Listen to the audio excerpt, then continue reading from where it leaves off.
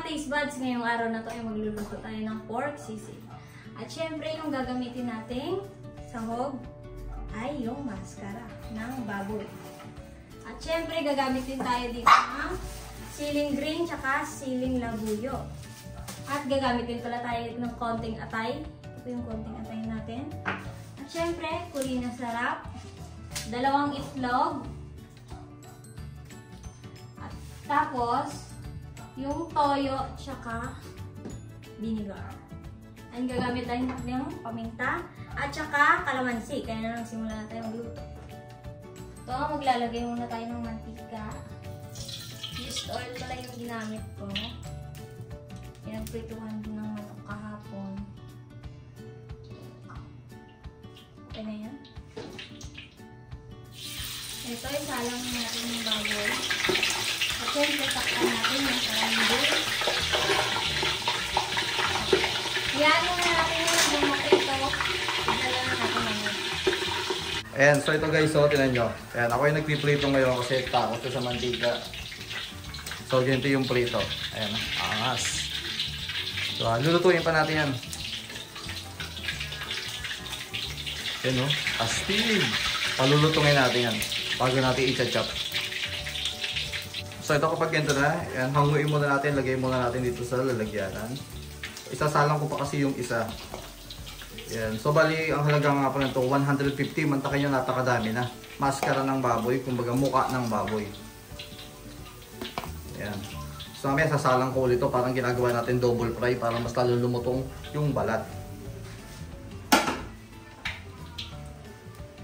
Salang naman natin itong isa.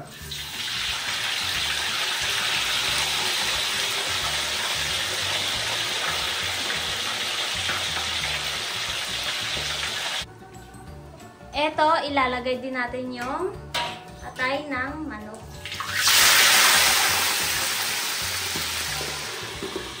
Ayun, sobra yung ano, kaya tinakpan muna namin. Pakita na lang namin mamaya pag okay na.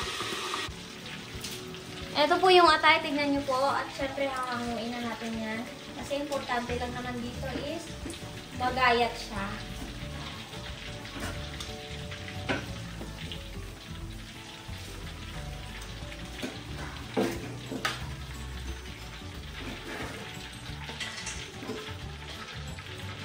Ganito lang pala karami yung atay namin na ihahalo.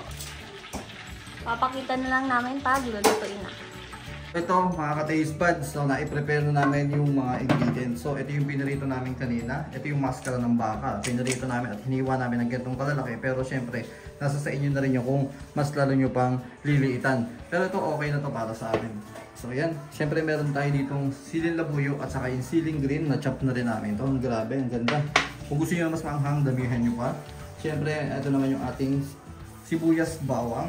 Ayan, medyo dinamihan na namin sibuyas kasi syempre talagang dapat marami ang sibuyas kapag magsisisig tayo. Yung bawang medyo marami na din. Isang clove, kumbaga isang buong na lang. Syempre ito naman yung ating atay ng manok. So ayan, na-iprito na rin namin, pinakita namin sa inyo kanina at hiniwa na rin namin ito ng ganito. So ayan o, yung ibang mga ingredients, so pakita namin mamaya, nasabi na naman natin kanina. So papakita ulit natin mamaya yung mga ingredients ito kapag habang niluluto natin. Ito, maglalagay muna tayo ng mantika. Habang dami lang. Yun, okay na.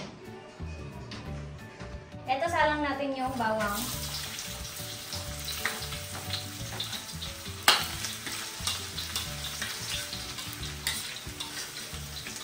Ito yung sibuyas. At syempre, ito po yung style ng pagluluto ko ng sisig. Kaya naman itry nyo rin para masubukan nyo.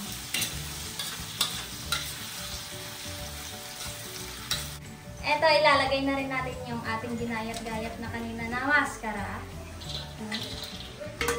Napakadami niya, no? Sa halagang 155, makakaluto ka ng ganitong karaming sisig.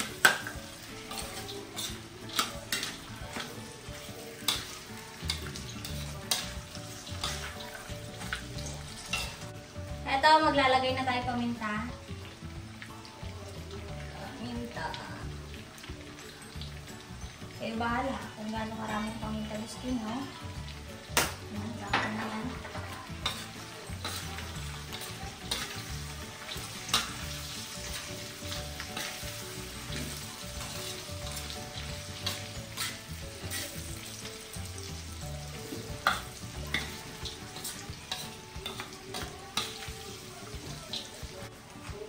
maglalagay na tayo dito ng liquid seasoning. Pabango ng ating sisig.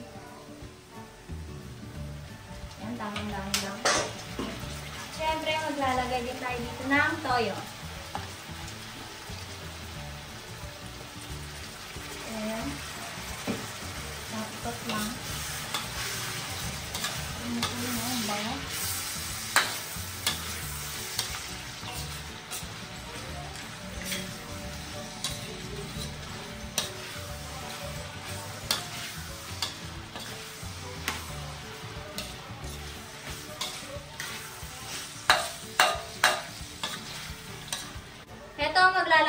Ilalagay na natin dito yung atay ng manok na prinito tsaka ginayat-gayat din kanina. At syempre, para mas lalong sumarap yung ating sisig.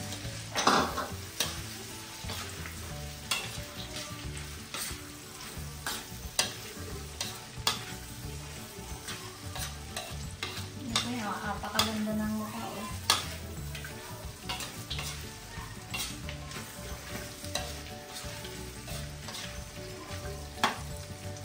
Ito, maglalagay na tayo ng kaunting kuling na sarap kasi nga hindi natin masyado aalatan ito, ating sisig.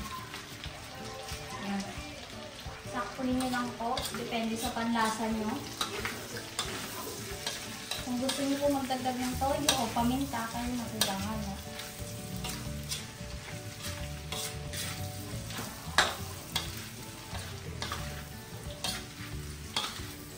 Ito, ilalagay na natin yung sili. Depende po sa inyo sa dami. Ayan, napakaganda na ng kulay. Napakasarap.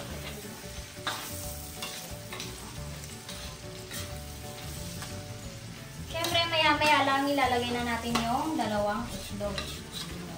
Papakita ko na lang sa inyo mamaya pag okay na po. So, maglalagay na tayo ng itlog.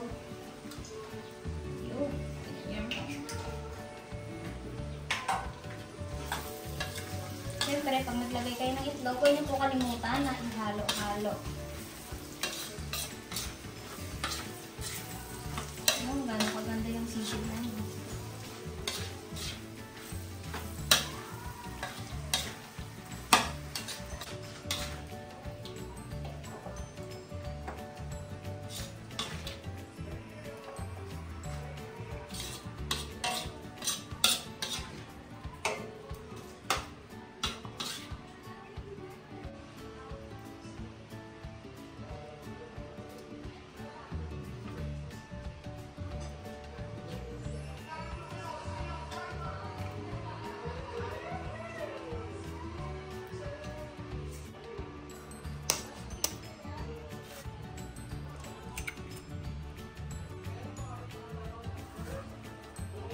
Eto mga ka-taste buds, luto na po yung ating sisig. Wala pa po sa halagang 300 pesos makakaluto na kayo ng ganitong kagandang sisig. Tingnan po yan. Kaya naman kung nagustuhan nyo po yung pagluto ko nito, huwag nyo po kalimutan mag-like, share, and subscribe.